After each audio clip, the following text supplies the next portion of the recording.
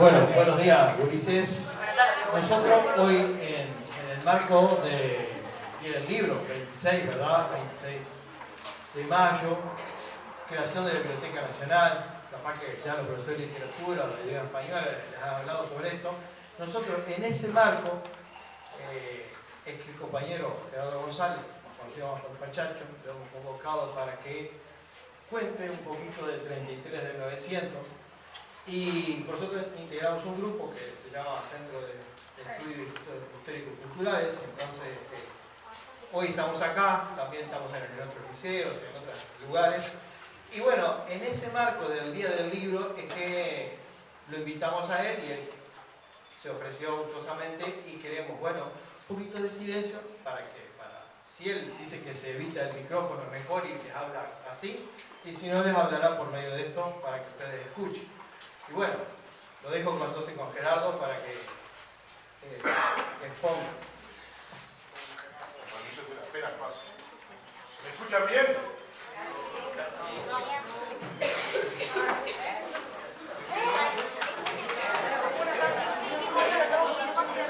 Si dicen que no, no voy a usar esa pregunta. Buenos días. Me supongo que ninguno de ustedes o muy poquito sabe algo de la historia del 33. Hablar de la historia del 33, hablar de las raíces, hablar de lo que traemos de atrás, de las cosas, de dónde venimos, de dónde viene nuestra familia, de dónde vienen las cosas que vemos cotidianamente. Y en ese marco de conocimientos, lo importante es saber por qué se hacen las cosas, por qué se hicieron las cosas y cómo llegamos hasta aquí. Yo voy a hacer en poco más de 20 minutos, media hora, una breve síntesis de cómo fue el proceso desde que acá no había nada, era puro campo, hasta llegar a los primeros años del siglo XX, donde se produce una fuerza de progreso importantísima, donde se crean las hoy más viejas instituciones que tienen 33. Yo traje algunas cosas acá. ¿Esto marcha o no marcha? ¿Cómo es?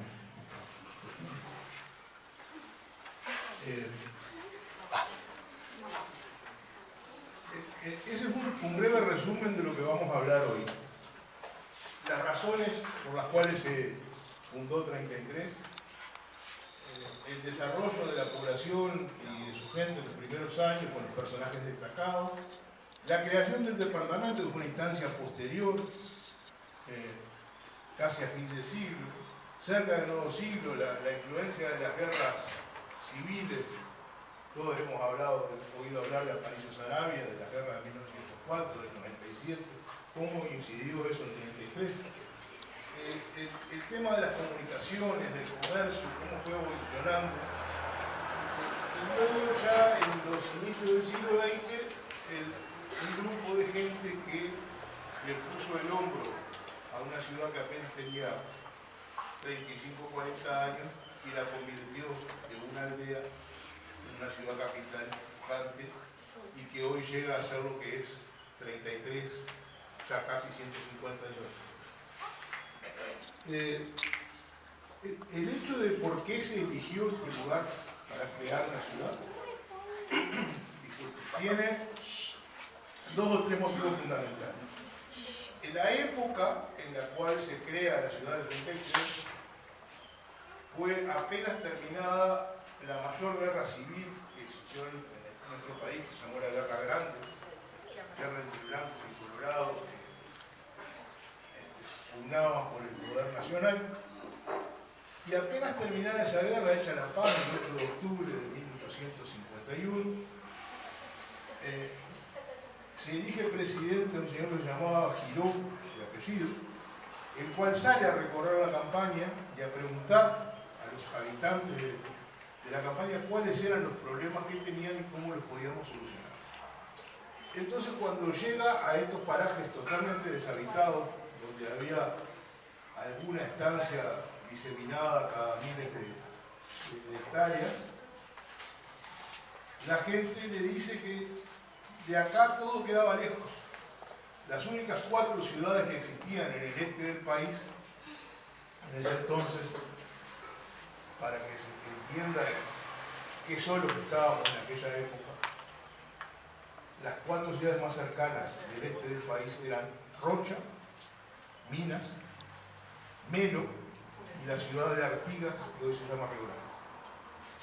Entonces eligieron un punto casi que equidistante entre las 4 ciudades. Si ustedes trazan una cruz entre Rocha y Melo, y Minas y Río Branco, esa cruz se va a cortar muy cerquita del lugar donde está 33. Y se eligió este lugar por, además, otros temas de facilidad de acceso a la población, de acceso a los materiales que se usaban para poblar, que eran tierra, arena, madera, todo sacado de los montes de Ebro y Mario de Yaguay. Entonces,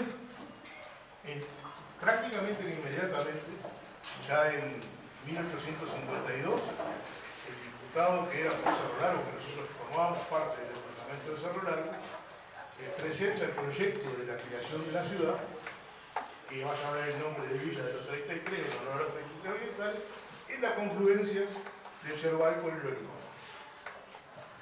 A partir de ahí empieza la historia más conocida del 33, pero que se haya decretado por ley el 10 de marzo de 1852 que se funde el 33 no quiere decir que inmediatamente esto se convirtió en una ciudad de un día al otro. Recién en 1855 vino el primer agrimensor a medir las manzanas. Cuando vino había 2 o 3 o 4 casas y se midió a partir de una casa de comercio muy grande que existía frente a donde hoy está la plaza 19 de abril, que era la casa del comerciante Miguel Palacio, que se considera el primer poblador del 33, aunque no es estrictamente así. Como la guerra había terminado, además con mucha gente muerta, mucha gente lastimada, mucha gente fuera de sus hogares, había también terminado con las arcas, con el dinero que tenía el gobierno. Entonces el gobierno no podía disponer de plata para comprar un terreno para fundar una ciudad. Entonces en 33 se arma una cosa que nunca antes se había hecho en el país y se crea una sociedad fundadora donde muchos vecinos con dinero compran acciones y entre todos compran un campo de una legua cuadrada donde se va a instalar la ciudad de 33 y un cordón de chacras que a cada uno se le otorgaba una chacra, los primeros pobladores, para que tuvieran posibilidad de plantar y de cuidar su vaca lechera porque no había bolsita de leche. Entonces, a partir de ese momento, el que quería comprar un terreno lo compraba la sociedad fundadora y la sociedad fundadora le daba un documento acreditándole la propiedad. Ahí recién empieza a poblarse realmente con la presencia de fundamentalmente estancieros y sus empleados que traían sus hijos a las primeras escuelas, que se acercaban a la seguridad de una aldea, de un lugar de vida común. La vida en campaña era muy difícil. Había muchos malegos, malandros, como le quieran llamar, en aquella época se llamaban matreros, que inclusive en los primeros años de vida del 33 campeaban por las calles del 33.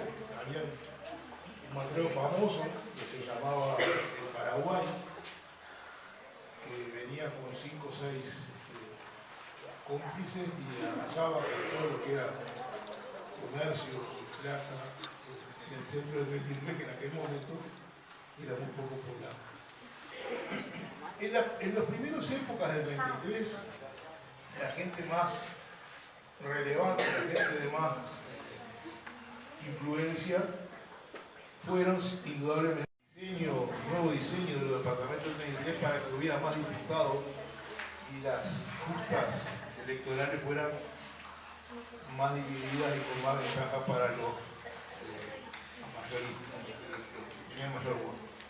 Entonces se crean 2 o 3 departamentos más, que son los últimos, de 33 y Flores.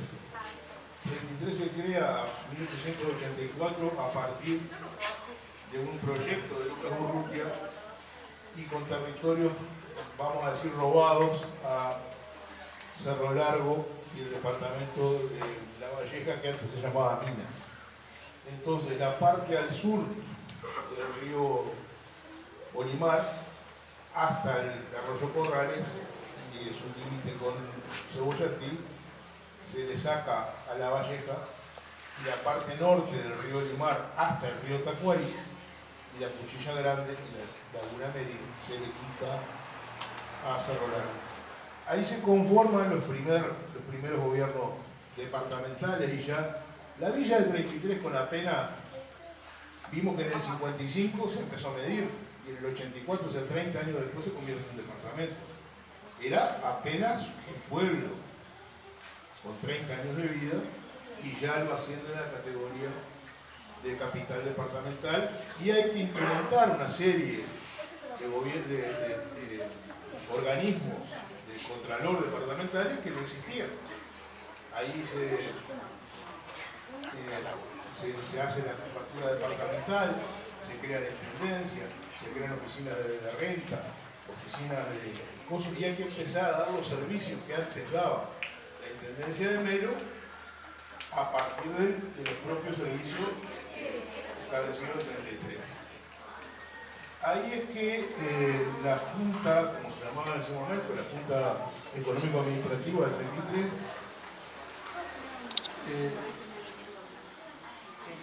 compra una serie de burros, que eran los que cinchaban los carros, que arreglaban las calles, que levantaban la basura, que llevaban agua.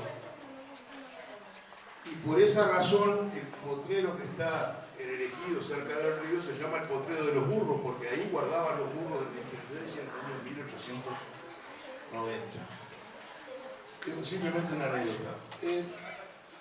Los líos políticos del 33 persisten, sobre todo después de la creación del departamento, porque ahí el poderío de Lucas Urrutia, como mandamás de la ciudad o de este lugar, queda opacado con la presencia de un nuevo personaje que se convierte en el rey político, por decirlo de alguna manera, del departamento de 33, que es el jefe político y de policía, que era una institución que juntaba el poder municipal de hoy con el poder policial y político de entonces. Entonces, ese poder prácticamente hegemónico, nombrado desde Montevideo, empieza a minar el poder de Lucas Urrutia, y hay una cantidad de asuntos que van dando pautas de eso. Esa columna que ustedes ven ahí, esa es una foto de la Plaza 19 de Abril, que todos la conocemos. Lo que se ve allá enfrente es un hotel que existió y que hoy es el banco, el banco Scotiabank. Y la columna que ustedes ven arriba, si alcanzan a ver, está muy poco clara, pero acá hay una estatua de un hombre parado, que esa estatua fue erigida al general Lavalleja, Juan Antonio Lavalleja, que fue el jefe de la cruzada de 1825, por la cual lleva el nombre de nuestra ciudad. Esa estatua la construyó un italiano, se llamó Rabagnelli, por orden del jefe político de entonces, con la posición en contra de Urrutia y sus acólitos. Cuando jefe político se va y Urrutia logra tener un jefe político de su partido, de su lado, empieza a muy poquitos años de haberse fundado la estatua, empieza a intentar sacarla, derruirla, porque él solamente por el hecho que le había construido un enemigo político. Entonces, esa estatua termina sacándola en los pocos años. La base, que es la base cuadrada, tenía unas lecturas en mármol que hoy están en el hall de la Intendencia. Si la quieren ver, pueden ir a verlo.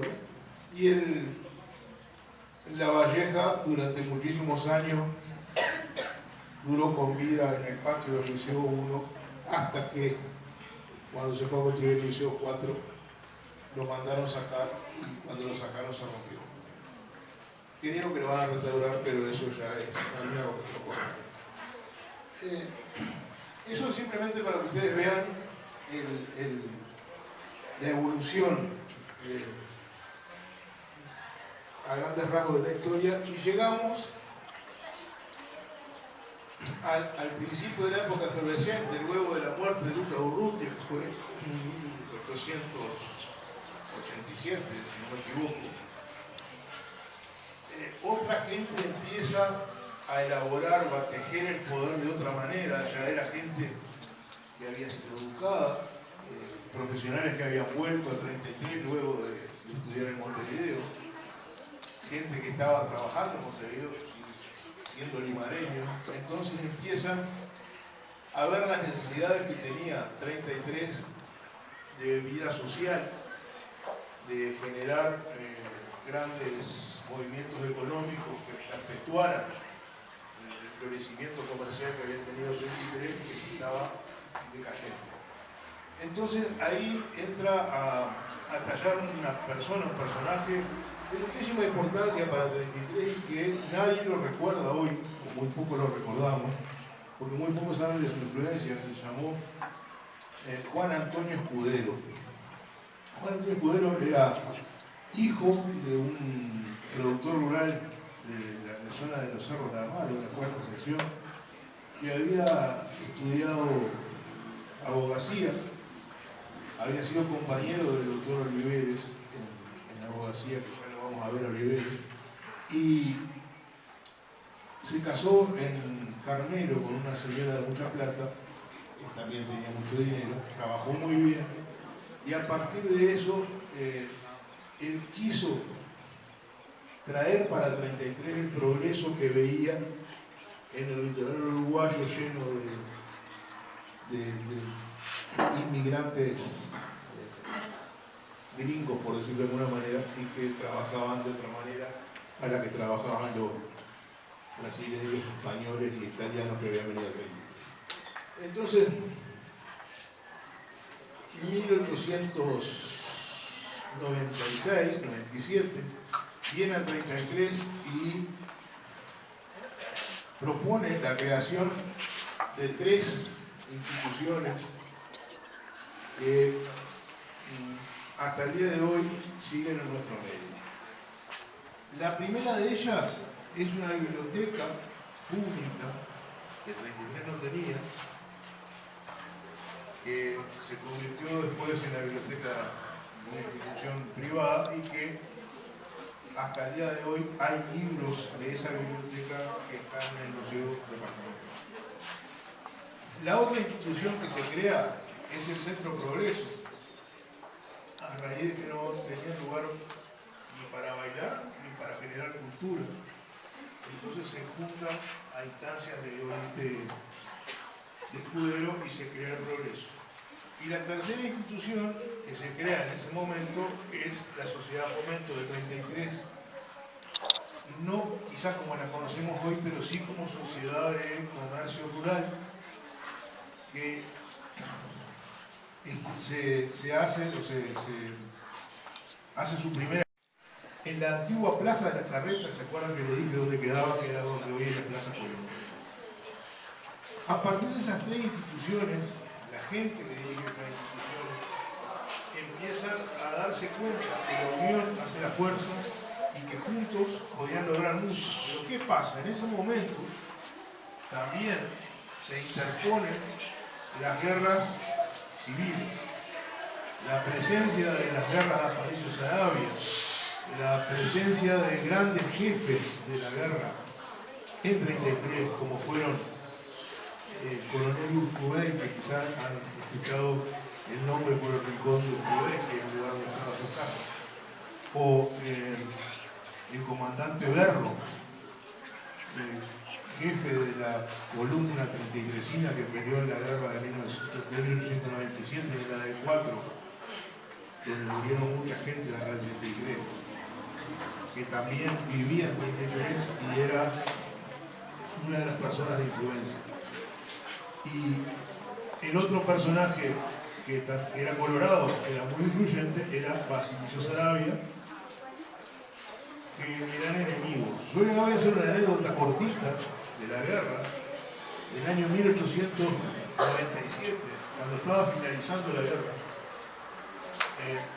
El comandante blanco que les acabo de hablar, Bernardo Berro, fue a pelear a la guerra con 3 de sus hijos. El mayor tenía 19 años y el menor tenía 16. Y lo llevó a pelear con él a la guerra. En el marco de esa guerra, 2 días antes de la finalización de la guerra, se enfrentan los blancos de 33 con los colorados de 33 al mando de Basilio Saravia en la ciudad de Aceguá, en la frontera de Uruguay con Brasil. Y las fuerzas de Basilio Saravia matan a uno de los hijos de Bernardo Berro, que se llamaba Teodoro. Y por supuesto que el padre siente muchísimo la muerte de su hijo, y mucho más que haya sido a mano de sus coterráneos. La guerra termina y tienen que dividir el poder entre Berro y Saravia en la propia ciudad. Berro vivía frente a la plaza 19 de abril, al lado donde está la intendencia, y Basilio Saravia vivía, ¿cómo les voy a explicar? En la esquina donde está el mercado de carne, allí en Manuel Oribe y Pablo Finalterio. O sea que vivían a 1,5 cuadras. Y la grandeza de espíritu, las ganas de ir para adelante, las ganas de que el 33 fuera un lugar de progreso, lo lleva a Bernardo Berro, el padre del muchacho muerto, en Aceguá con la gente de Basilio Saravia, a abrazarse con Basilio Saravia y juntos organizar la primera feria. Y esa foto que ven ahí, el hombre de barba blanca, Bernardo Berro, el que está en medio es Julio María Sanz, el que le da el nombre del paraje ahí, yendo a Charqueada, y el que está más oscuro de sombrero, a la derecha de ustedes es Basilio Saravia. Esa es la prueba contundente de que 2 años después de que la gente de uno mata al hijo del otro, trabajan juntos por el futuro del 33. Eso yo creo que es una de las características más importantes del 33 del 900.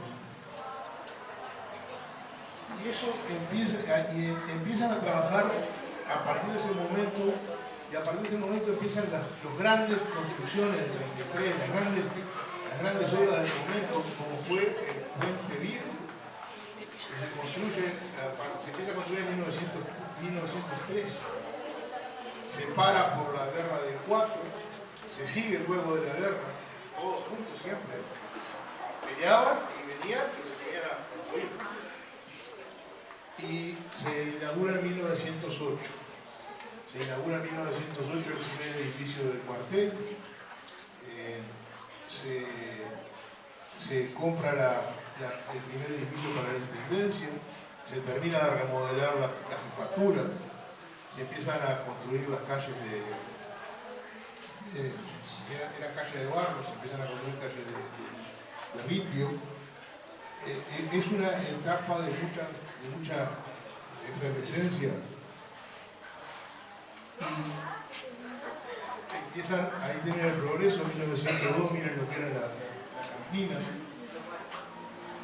Ahí tienen el local de la primera exposición y la copa que fue premio de la primera exposición de 1903 que está en el museo. Ahí es un comercio, una confitería que se llamaba La Perla, que era una de las más modernas del país, 1910, 1912.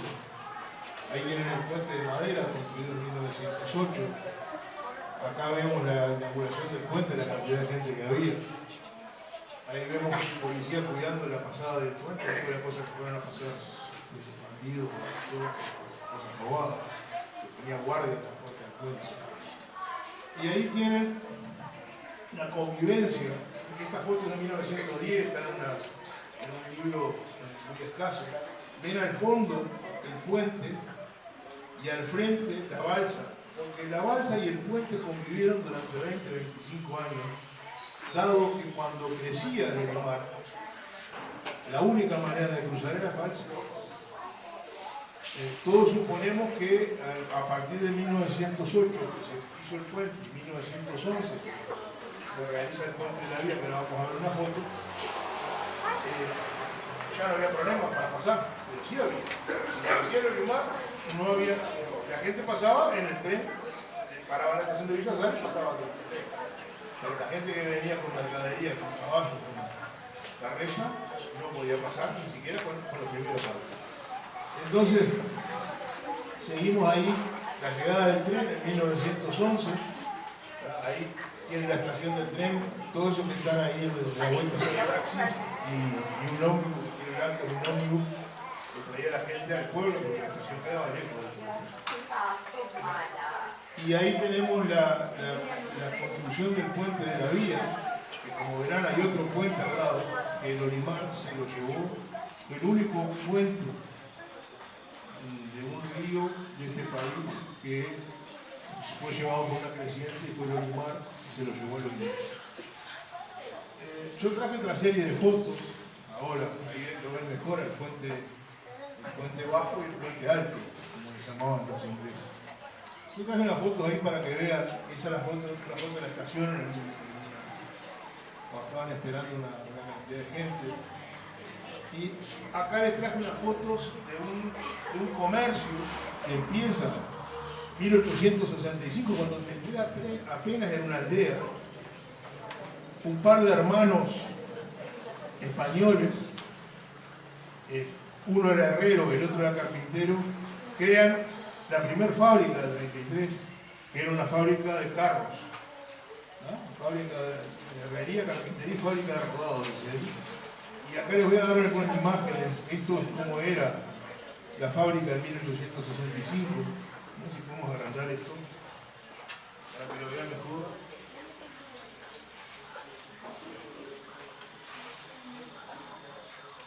Esa era la fábrica de los Zabalegui. Ahí tienen una imagen de los tres Zabalegui, el más viejo es uno de los fundadores, uno de los hijos del hermano que ya había muerto, y todos los empleados en la fabricación de carros. Luego se reconvierten en el año 1920 y pasan a ser encarrozadores de autos. Los autos venían, si ustedes ven, los primeros autos que están allá en la fila, están sin carrocería. Entonces traían los autos sin carrocería y los armaban y los encarrozaban a gusto del cliente, o sea, hacían camionetas, hacían autos descapotables, hacían autos con capota, todo ahí en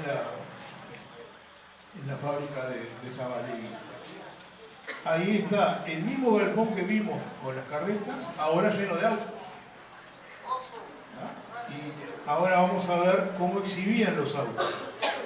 Todo eso que se ven latas, allí arriba, atrás, son las latas de nafta que se ven, donde hoy está la UTU 2, creo que, ¿no?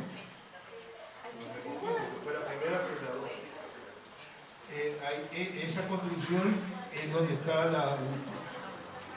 Ahí es un comercio que quedaba en la esquina donde está lo de Torres. Ahora, ¿cómo se llama la tienda de Torres? La Tina. La Tina. Esa es la esquina de la Tina. Ese edificio está casi su frente bien en la parte de vidrios, donde estuvo hasta hace poco una casa de repuesto de Snell. Y la parte de arriba está exactamente igual, y en la puerta de este lado de vidrio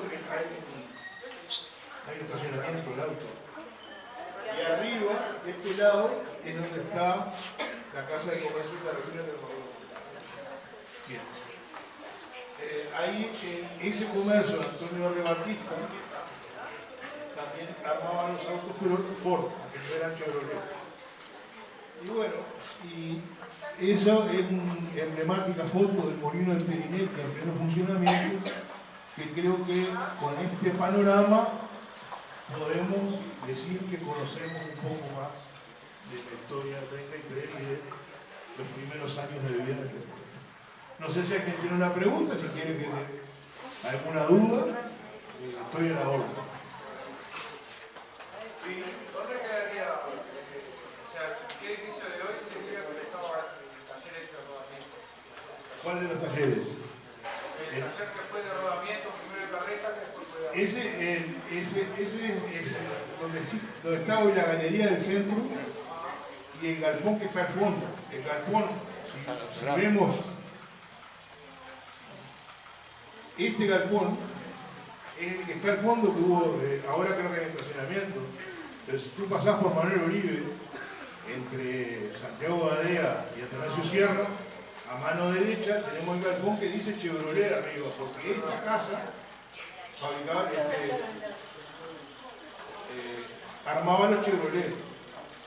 Ese galpón es el mismo galpón que se ve acá, que capaz que se aprecia mejor, que tiene hasta la misma ventana. Está exactamente igual que hoy. No sé, ¿alguien más? ¿Alguna otra curiosidad? Nadie me pregunta por qué no hablé de las mujeres.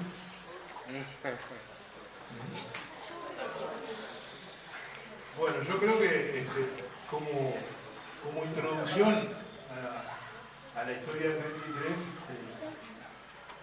esto ya completa un panorama. Si ustedes quieren en algún momento profundizar en alguno de los temas, si ustedes tienen alguna inquietud histórica, si ustedes quieren saber los orígenes de su familia, de su pasado, es muy fácil estudiarlo contando con alguien que sabe. Así que no tengan duda, consúltenlo. Sabemos mucho de la zona, sobre todo en el grupo que integramos con Sergio. Así que, bueno, quedamos a las órdenes para lo que ustedes quieran, para cuando quieran recordar. ¿Sí? ¿Iba a contar algo? Bien, gracias por todo.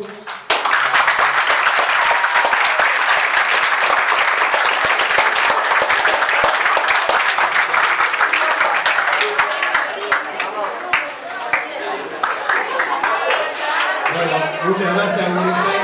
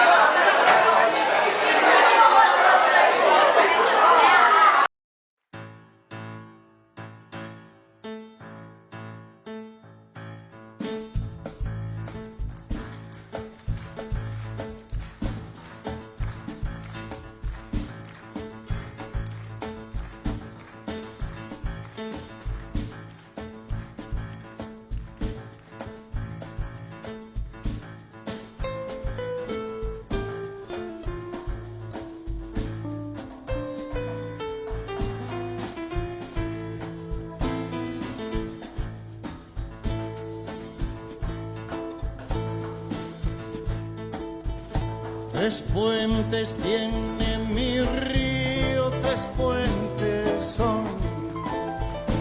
Tres puentes tiene mi río, tres puentes son. Uno es viejo de madera, la eterna madera del buen corazón. Uno es viejo de madera, la eterna madera del buen corazón. Tres puentes tiene mi río, tres puentes, sí. Tres puentes tiene mi río, tres puentes, sí. Otro es de hierro muy negro y hermoso es el puente del ferrocarril.